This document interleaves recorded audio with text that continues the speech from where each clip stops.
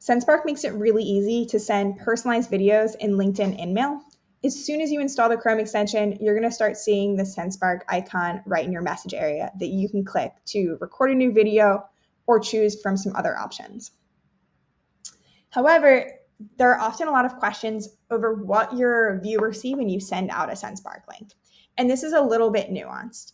So the thing to keep in mind, if you send a Sendspark video link and you are not connected to the person you're reaching out to, whether this is in a connection request or LinkedIn InMail, if you're not connected and they haven't accepted your invite yet, they're just going to see a plain link. And even if they accept your connection request later, it's not going to update. They're just going to see this plain link.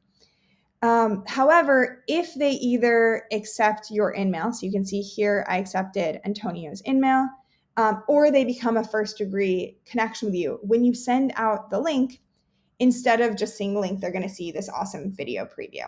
And this is going to drive a lot more engagement and feel a lot more personal, and it's a much better experience.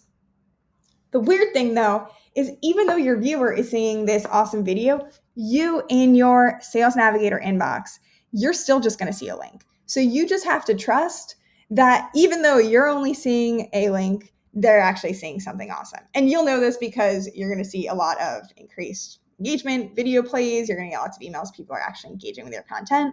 But just know the experience is a little bit weird for you, but it's great for your end user as long as you are either connected with them or they've accepted your InMail. And just, it is a little different for using the LinkedIn messaging area. In this case, you're always going to see the LinkedIn preview too. It's just InMail strips things down a little bit more.